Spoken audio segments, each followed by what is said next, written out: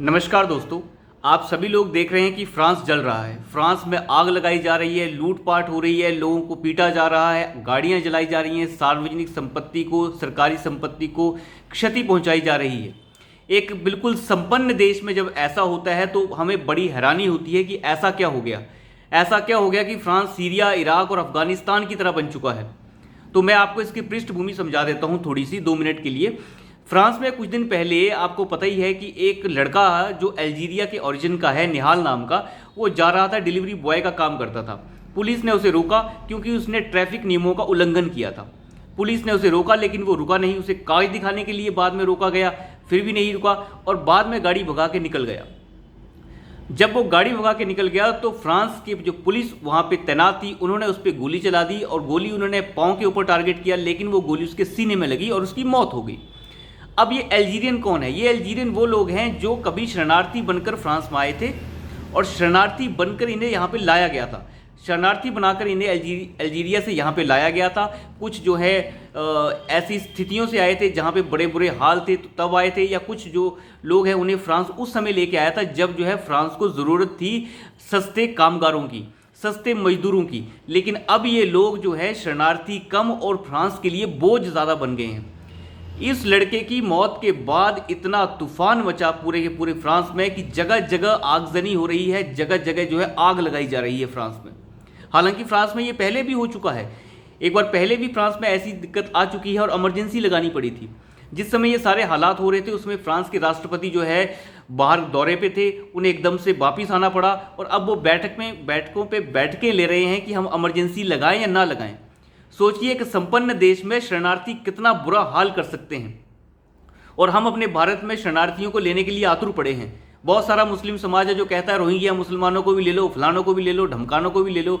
इस तरीके की ड्रामे चलते रहते हैं। लेकिन फ्रांस के जो राष्ट्रपति ने उसके बाद किया, उन्होंने सांत्वना दिखाया उसके परिवार के साथ जिसकी मौत हुई है।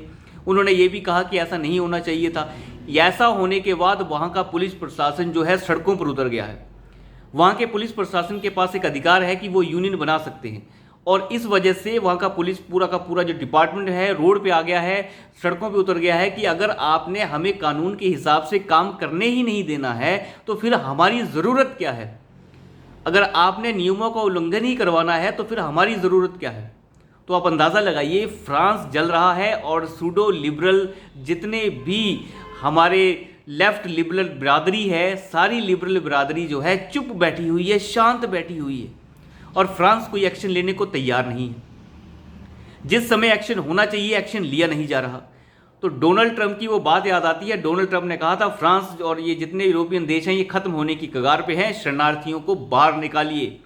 तो वो बात आज सच होती नजर आ रही है। डोनाल्ड ट्रंप ने जिस तरीके से सख्ती दिखाई थी ऐसे शरणार्थियों के खिलाफ और इस्लामिक कट्टरपंथियों के खिलाफ, वो बिल्कुल जो है अब नजर आने लगी है। भारत में हम बिल्कुल ये कह सकते हैं कि प्रधानमंत्री मोदी जिस मामले में बिल्कुल सख्ती दिखाते हैं वो बिल्कुल बेहतर है कि शरणार्थी जैसे आदमियों को हम अंदर नहीं ले सकते। जिन लोगों के ऊपर उपकार किया गया, आज वो लोग जो हैं उपकार को भूलकर उस देश की संपदा और हर चीज़ के ऊपर हक जमा रहे हैं। तो अंदाज़ा लगाइए आप कि इन सूडो सेकुलर जो जितने भी लेफ्ट लिबरल बिरादरी है वो इन दंगों के ऊपर शांत है, बिल्कुल शांत हो रखी है। फ्रांस इनके ऊपर एक्शन नहीं लेना चाहता क्योंकि खुद के ऊपर इस्लामोफोबिया का टैग नहीं लगवाना चाहता। तो ये जो दिक्कत है, ये दिक्कत अब धीरे धीरे बढ़ने वाली है और लोगों को यह एहसास होने वाला है कि ये शरणार्थी कितने भारी पड़ सकते हैं। आपको मैं बता दूं, फ्रांस में जो आबादी है, कुल मुस्लिम आबादी, वो लगभग 10% तक पहुंच चुकी है। हालांकि ये पहले आबादी ना के बराबर थी, अब ये 10% पहुंच चुकी है और ये 10%, केवल ये 10% आबादी जो है फ्रांस में हुड़दंग मचा रही है। इस 10% आबादी के आगे फ्रांस घुटनों पर आ गया है। अब अंदाज़ा लगाइए कि आबादी छोटी हो या बड़ी, वो कितना हुड़दंग मचा सकती है। यहाँ से अंदाज़ा लगा सकते हैं इतना बड़ा संपन्न देश जो है बर्बाद होने की कगार पर है। और भारत में जहाँ पे 7% की ग्रोथ रेट है, वहाँ पे कहा जाता है कि यहाँ पे बुरा हाल है। ये सारा का सारा ड्रामा है और कुछ नहीं है। मुझे लगता है प्रधानमंत्री मोदी जिस तरीके से भारत को चला रहे हैं इससे बेहतर नहीं हो सकता, क्योंकि इस वक्त जो वक्त चल रहा है पूरी दुनिया में उस वक्त में इस तरीके से देश चलाना सबसे बेहतरीन है। बाहर के लोगों को अंदर घुसा घुसा के जिस तरीके से कांग्रेस पार्टी ने असम को तबाह कर दिया, वेस्ट बंगाल को ममता बनर्जी ने तबाह कर दिया, उस तरीके से हर चीज़ को तबाह कर देना चाहते हैं। हरियाणा से लेके दिल्ली तक रोहिंग्या भरे पड़े हैं, उन्हें निकालने का कोई तरीका नहीं है। कैसे उन्हें छांटें, कैसे उन्हें निकालें? वो इसलिए ताकि झुग्गियाँ बने और हमें वोट मिले। वो फर्जी तरीके से पहले आधार कार्ड बनवाते हैं, फिर घूस दे के बिजली का कनेक्शन ले लेते हैं। अरविंद केजरीवाल जैसे नेता जो नटवर लाल हैं भारतीय राजनीति के, वो ऐसे लोगों को प्रोवाइड करते हैं फ्री बिजली पानी, और फिर देखते हैं कि हमें इनसे वोट मिलेगा। फर्जी, सब कुछ फर्जी बना दिया जाता है इन लोगों का। ये लोग बाद में जाके दिक्कत करना शुरू करते हैं। ये पूरा का पूरा जो फ्रांस जल रहा है, आपको बताऊं, एक बहुत बड़ी लाइब्रेरी में फ्रांस में आग लगा दी गई। हालात ये हो रहे हैं कि बार बार मीटिंग्स ली जा रही हैं और ये देखा जा रहा है कि इमरजेंसी लगाएं या ना लगाएं। आप अंदाज़ा लगाइए, फ्रांस जैसे संपन्न देश को ऐसे लोगों की वजह से इमरजेंसी लगाने की बात सोचनी पड़ रही है।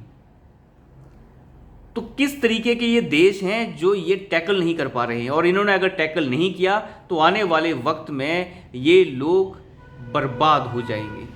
और बर्बाद कैसे होंगे उसका नज़ारा जो है यहाँ से आराम से देखा जा सकता है। तो मुझे लगता है हमारे प्रधानमंत्री कम से कम इस मामले में हमें संतुष्ट करते हैं कि वो देश एक बेहतरीन तरीके से चला रहे हैं। कोई बम धमाके सुनने को नहीं मिल रहे हैं। कश्मीर को अगर हम छोड़ दें, जहाँ पे अव्यवस्था काफ़ी फैली रहती है, जिसे काफ़ी हद तक कंट्रोल कर लिया गया है, G20 जैसे समिट वहाँ पे हो रहे हैं, तो आप अंदाज़ा लगाइए भारत में किस तरीके से सुधार हुआ है, खास तौर पर आतंकवादी हमलों को लेकर।